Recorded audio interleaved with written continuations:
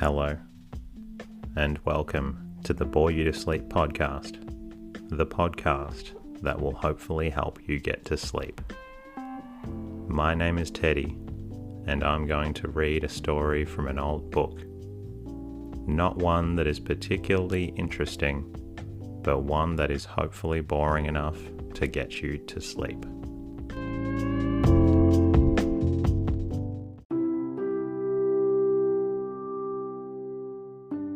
Tonight's readings will come from Bleak House by Charles Dickens. It has many characters and subplots. At the centre of Bleak House is a long-running legal case in the Court of Chancery.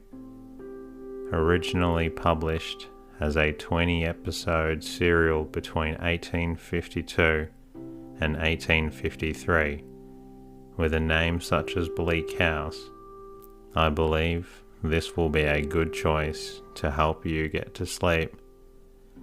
If you've enjoyed the episodes and they've helped you get sleepy, I have a quick favour to ask.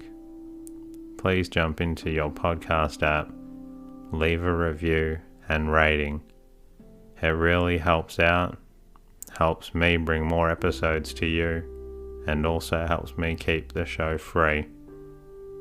You can also jump over to the website boreyoutosleep.com just in case you need any assistance or guidance on how to listen to the episodes.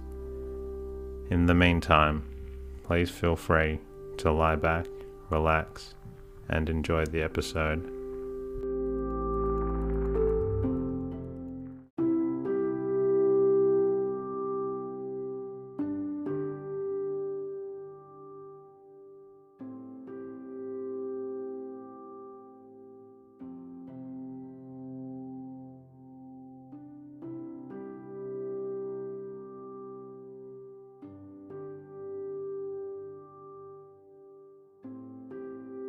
Bleak House by Charles Dickens. Chapter 1. In Chancery. London, Michaelmas term lately over, and the Lord Chancellor sitting in Lincoln's Inn Hall. Implacable November weather. As much mud in the streets as if the waters had but newly retired from the face of the earth, and it would not be wonderful to meet a megalosaurus 40 feet long or so, waddling like a elephantine lizard up Holborn Hill, smoke lowering down from chimney pots, making a soft black drizzle, with flakes of soot in it as big as full-grown snowflakes, gone into mourning, one might imagine, for the death of the sun.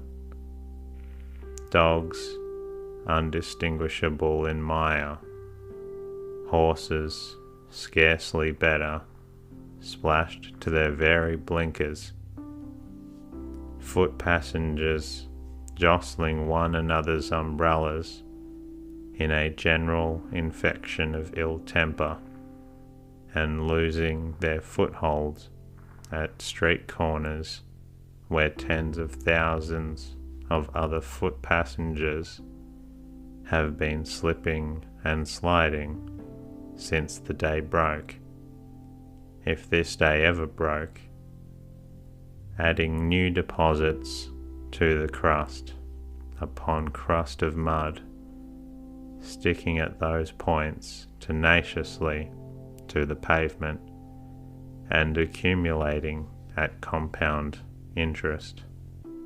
Fog everywhere, fog up the river, where it flows among green aits and meadows, fog down the river, where it rolls defiled among the tiers of shipping and the waterside pollutions of a great and dirty city.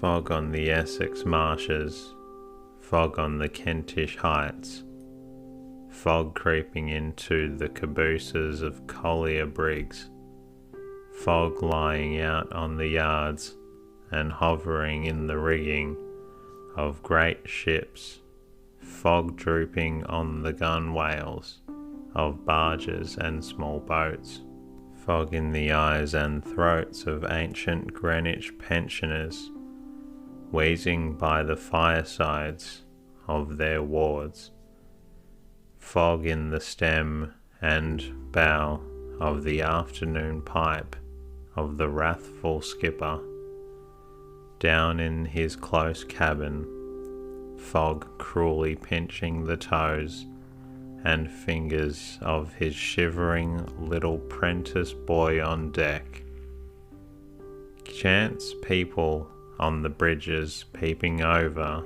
the parapets into a nether sky of fog, with fog all around them, as if they were up in a balloon and hanging in the misty clouds, gas looming through the fog in divers places in the streets, much as the sun may, from the spongy fields, be seen to loom by husbandman and ploughboy.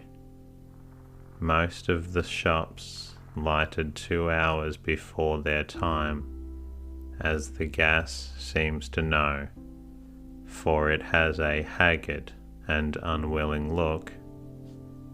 The raw afternoon is rawest, and the dense fog is densest, and the muddy streets are muddiest near the leaden-headed old obstruction, appropriate ornament for the threshold of a leaden-headed old corporation, Temple Bar. And hard by Temple Bar, in Lincoln's Inn Hall, at the very heart of the fog, sits the Lord High Chancellor in his High Court of Chancery. Never can there come fog too thick, never can there come mud and mire too deep, to assort with the groping and floundering condition which this High Court of Chancery, most pestilent of hoary sinners, holds this day in the sight of heaven and earth. On such an afternoon, if the Lord High Chancellor ought to be sitting here, as here he is, with a foggy glory round his head, softly fenced in with crimson cloth and curtains, addressed by a large advocate with great whiskers, a little voice, and interminable brief, and outwardly directing his contemplation to the lantern in the roof, where he can see nothing but fog.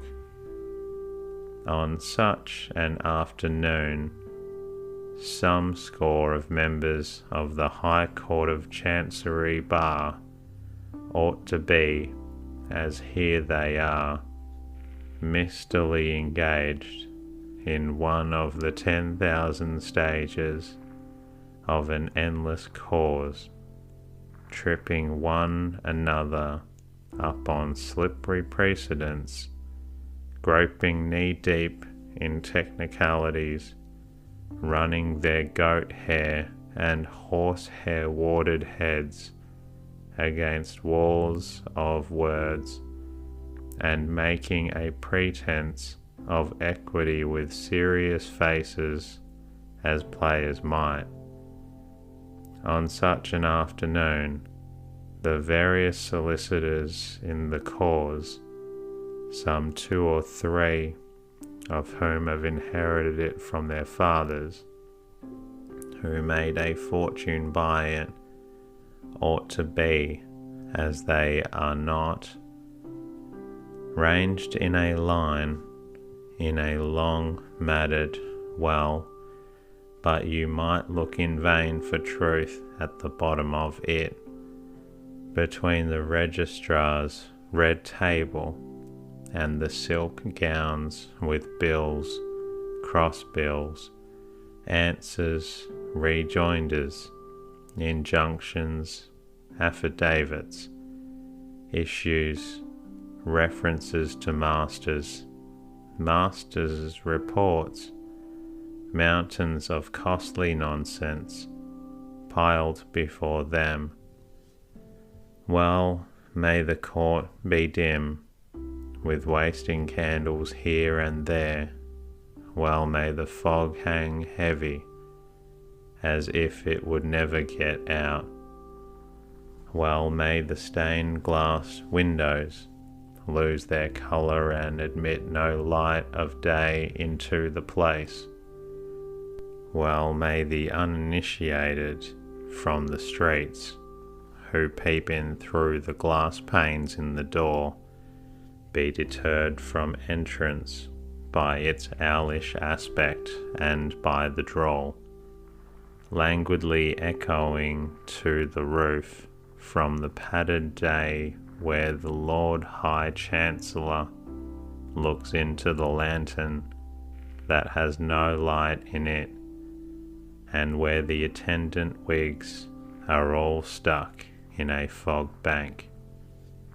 This is the Court of Chancery, which has its decaying houses and its blighted lands in every shire, which has its worn-out lunatic in every madhouse, and its dead in every churchyard, which has its ruined suitor with his slipshod heels and threadbare dress, borrowing and begging through the round of every man's acquaintance, which gives to moneyed might the means abundantly of wearying out the right, which so exhausts finances, patience, courage, hope, so overthrows the brain and breaks the heart, that there is not an honourable man among its practitioners who would not give, who does not often give the warning, suffer any wrong that can be done, you rather come here. Who happened to be in the Lord Chancellor's court this murky afternoon, besides the Lord Chancellor? The counsel in the cause, 2 or 3 counsel, who are never in any cause, and the well of solicitors before mentioned. There is the registrar below the judge, in wig and gown, and there are 2 or 3 maces, or petty bags, or privy purses, or whatever they may be, in legal court suits. These are all yawning, for no crumb of amusement ever falls from Jarndyce and Jarndyce, the cause in hand, which was squeezed dry years upon years ago. The shorthand writers, the reporters of the court, and the reporters of the newspapers invariably decamp with the rest of the regulars when Jarndyce and Jarndyce comes on.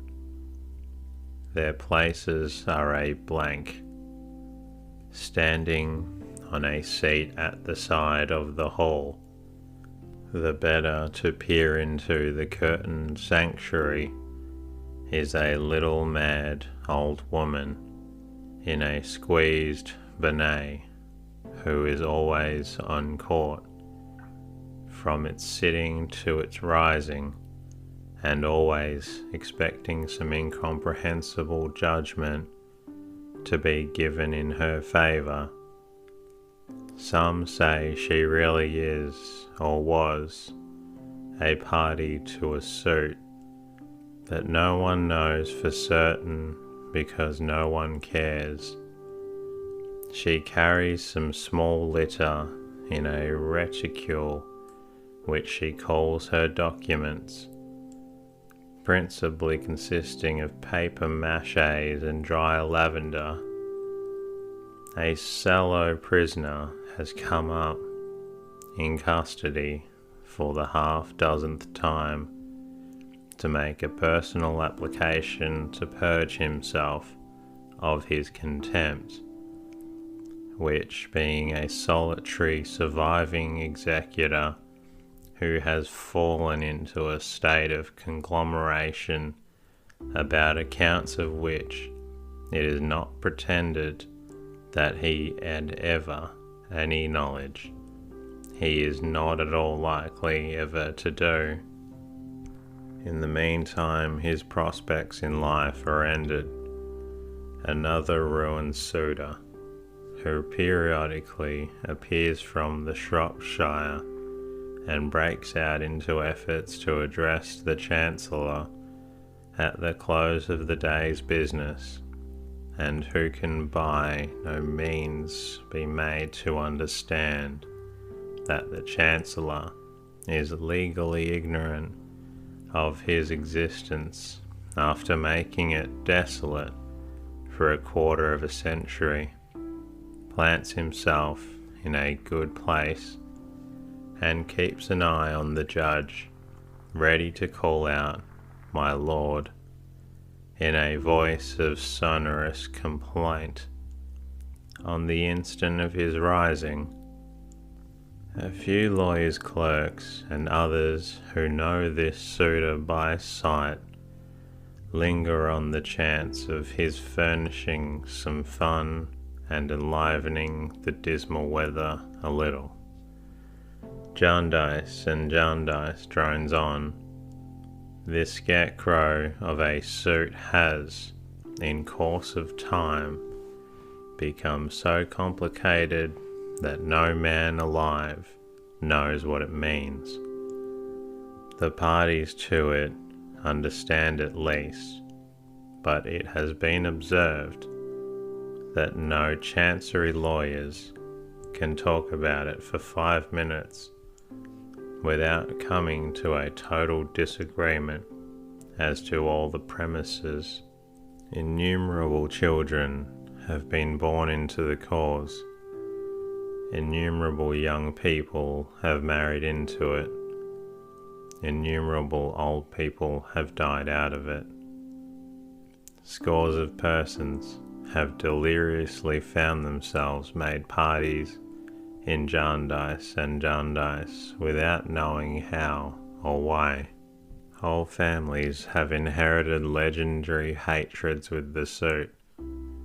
The little plaintiff or defendant who was promised a new rocking horse when Jarndyce and Jarndyce should be settled has grown up, possessed himself of a real horse, and trotted away into the other world.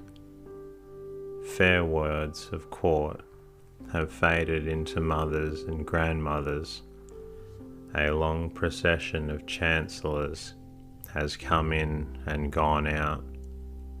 The legion of bills in the suit have been transformed into the mere bills of mortality. There are not 3 Jarndyces left upon the earth perhaps since old Tom Jarndyce in despair blew his brains out at a coffee house in Chancery Lane. But Jarndyce and Jarndyce still drags its dreary length before the court, perennially hopeless. Jarndyce and Jarndyce has passed into a joke. That is the only good thing that has ever come from it. It has been death to many, but is a joke in the profession. Every master in Chancery has had a reference out of it. Every chancellor was in it for somebody or other when he was counsel at the bar Good things have been said about it by blue-nosed, bulbous-shoed old benches in select port wine committee after dinner in hall. Articled clerks have been in the habit of fleshing their legal wit upon it.